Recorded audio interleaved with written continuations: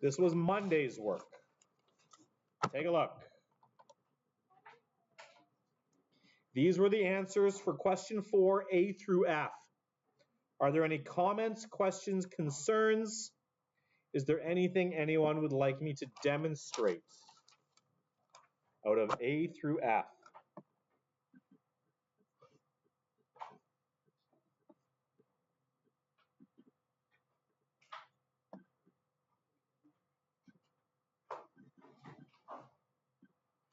Going once, twice, yes. F. So F is KClO3 with an arrow there. O2 and KCl. Okay. O2 plus KCl. So KClO, KClO, 113. Two of those, one of those. Okay, so this is one of those ones where immediately you can see the first problem here is I've got O3s coming here and O2s coming here. The K's and the Cl's are already both balanced. So we need to figure out what we're going to put in front of. So we have to figure out how we're going to deal with this odd number of oxygen. Whenever you have an odd number of things, double whatever you've already done, or if you haven't done anything yet, double the thing causing you problems. So that KClO3 is the thing that's causing us problems. We haven't done anything else yet, so double that one. That's going to give us 2, 2, and 6, which means if I toss a 2 here in front of the K and the Cl, I'm going to get 2 and 2. And if I toss a 3 out in front of the O2, I'm going to get 6 oxygens and we're done. So if you haven't done anything yet, and the first issue you have is an odd number giving you problems, double just that. Okay, that's A through F. Flip the page if you haven't already. Here is G through R.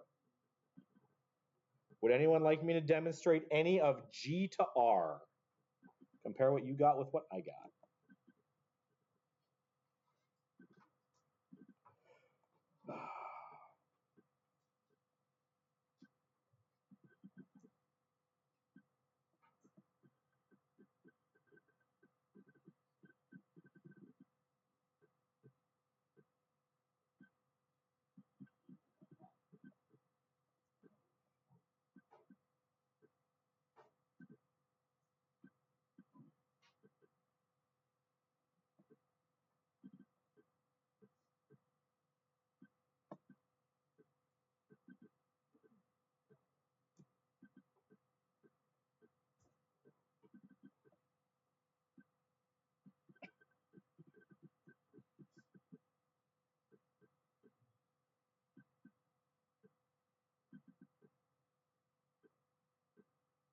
Comments, questions, concerns?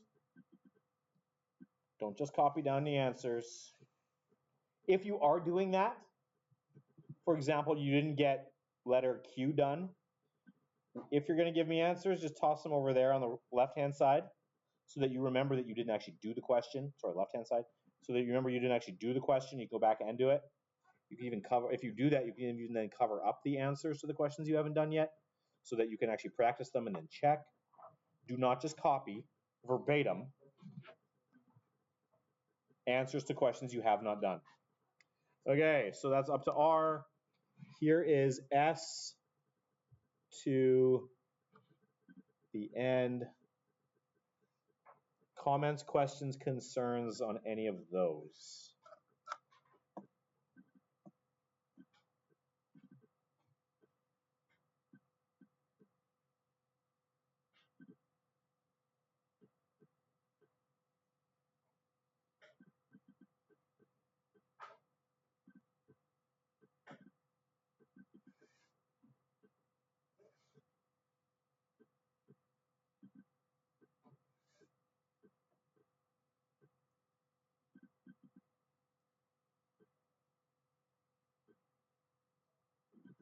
Okay, is there anything there anyone would like me to do?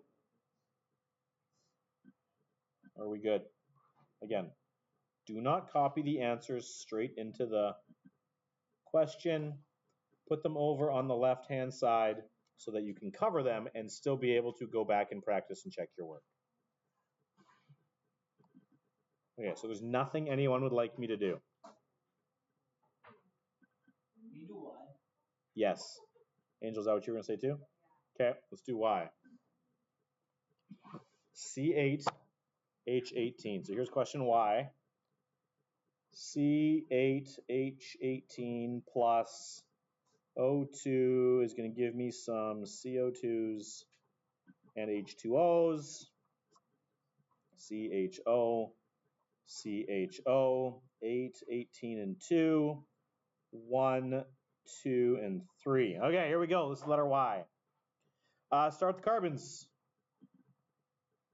Toss an 8 there, because I want to balance out the carbons. But now I've got to recount my oxygens.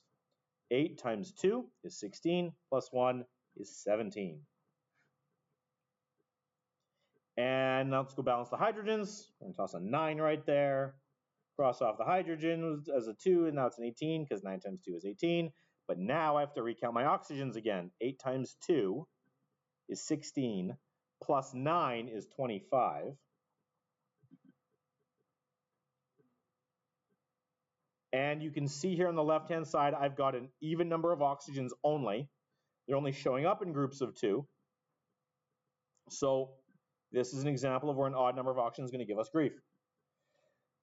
Because I've already done a bunch of stuff, double what you've already done. So that's going to become a 16, that's going to become an 18. And now we recount. So I've got 16 carbons. I've got 18 times 2 is 36 hydrogens. And I've got 16 times 2 is 32. And 18 times 1 is 18. 32 plus 18 oxygens. 32 plus 18 is 50. If you need a calculator for that, get a calculator. I will not let you use your phones. And now we've got to go back. Carbons first.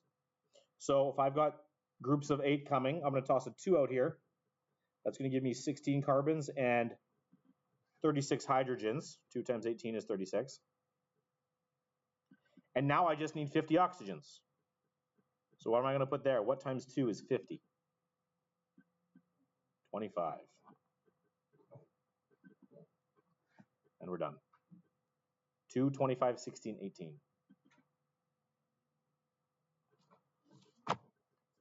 If you did not do, one question I do want to bring your attention to is letter S. You got to be careful with things like S because there are certain chemical formulas that are going to be listed like this, where you have C2H5OH. So the H's actually are getting split up between these 5 hydrogens and that one. So when you count them, like if I'd put a 2 out front here, for example, count all the hydrogen, it usually happens with hydrogen, count the hydrogens inside the compound first, so this would be 5, 6, and then multiply it by the thing out front. That was a pretty common mistake in my D block class. One of the things they were struggling with was making mistakes when they were counting split hydrogens in the same compound. Count them all up in the same compound, so 5 plus 1 is 6, and then multiply. There's a good reason for splitting them like that, which you guys haven't seen yet. You will if you go off further into chemistry. I can't remember if it's Chem 11 or Chem 12. But by putting, I'll tell you briefly here, by putting that OH group there at the end like that, C2H5 and then an OH, it tells someone who's actually studied a bunch of chemistry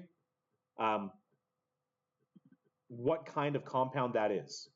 So there are 3 different kinds of compounds that you can, 3? Hydrocarbons, yes. There's 3 kinds of compounds you can get when you combine carbon, hydrogen, and oxygen. The 3 compounds are hydrocarbons, alcohols, and ethers. Ethers are found in perfumes. And the way so here, I'll show you. Fun. I'll show you one thing, one cool thing. So if I have C2H5OH, I could have written it like this, right? C2H6O. That's the same formula, yes? Do you all agree that I have the same number of carbons, hydrogens, oxygens in these two formulas? Okay. So I could write it like this, or I could write it like this, but I could also write it like this. CH3OCH3. This is the same formula. I have 2 carbons, I have 6 hydrogens, I've got 1 oxygen. This is kind of your generic, I'm not telling you what it is, formula for this compound. But because I can write this thing 2 different ways, the reason I'm writing it 2 different ways is because there's 2 different ways to draw the Lewis diagram for something like this, bringing it back full circle. If I draw Lewis diagrams for these things, I can either connect my 2 carbons together with 1, 2, 3, 4, 5 hydrogens, and then toss an oxygen there and the hydrogen there.